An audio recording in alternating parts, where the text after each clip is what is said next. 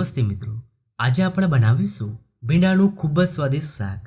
આ શાક નાના બાળકોથી લઈ મોટા બધાને બહુ જ ભાવશે, કારણ કે આ શાકની અંદર આપણે ખાસ મસાલો ઉમેરવાના છે। તો વિડીયો ગમે તો લાઈક કરજો અને ચેનલને સબસ્ક્રાઇબ કરવાનું ભૂલતા નહીં। તો ચાલો હવે બનાવીએ।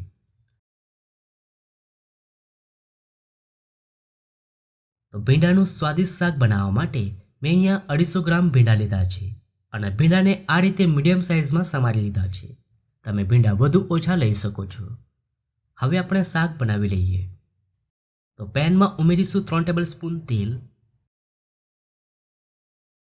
હવે તેલ ગરમ થાય એટલે તેમાં ઉમેરીશું અડધો ટીસ્પૂન રાઈ અને હવે રાઈને ફૂટવા દઈએ। તો રાઈ ફૂટી ગઈ છે। હવે તેમાં ઉમેરીશું 1 ટીસ્પૂન આદુ લસણની પેસ્ટ, 1 ટીસ્પૂન લીલા મરચાંની પેસ્ટ અને 8 થી 10 મીઠા લીમડાના પાન ઉમેરી વઘારને એકવાર મિક્સ કરી દઈએ।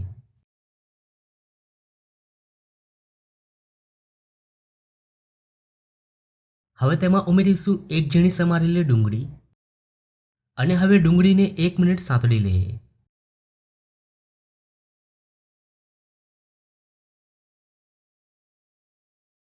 હવે તેમાં ઉમેરીશું 1 ટમેટું અને હવે ટમેટુને પણ 1 મિનિટ સાંતળી લઈએ।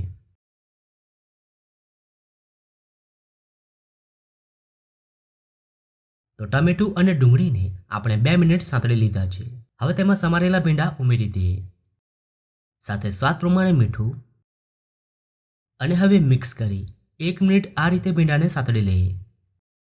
એકવાર તમે આ રીતે ભીંડાનું શાક બનાવજો, એકદમ ટેસ્ટી એવું લાગે છે। આ શાક ઘરમાં બધાને બહુ જ ભાવશે। હવે ભીંડાને કવર કરી 2 મિનિટ થવા દઈએ। ત્યાં સુધી આપણે ખાસ મસાલો બનાવી લઈએ, જે ભીંડાના શાકનો સ્વાદ બમણો કરી દેશે। તો 2 ટીસ્પૂન અધકચરા વાટેલા કાચા દાણા, 1 ટીસ્પૂન ધાણા જીરું પાવડર, અડધો ટીસ્પૂન મેગી મસાલા, 1 ટીસ્પૂન કાશ્મીરી મરચું, 1/4 ટીસ્પૂન હળદર અને 1/4 ટીસ્પૂન ગરમ મસાલો ઉમેરી મસાલાને એકદમ સારી રીતે મિક્સ કરી દઈએ।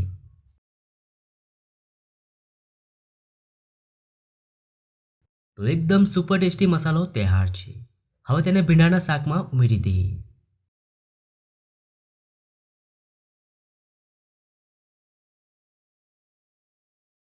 અને હવે મસાલાને એકદમ સારી રીતે મિક્સ કરી દઈએ અને 4 થી 5 મિનિટ કૂક કરી લઈએ। તો વચ્ચે વચ્ચે તમારે ચલાવતા રહેવાનું છે।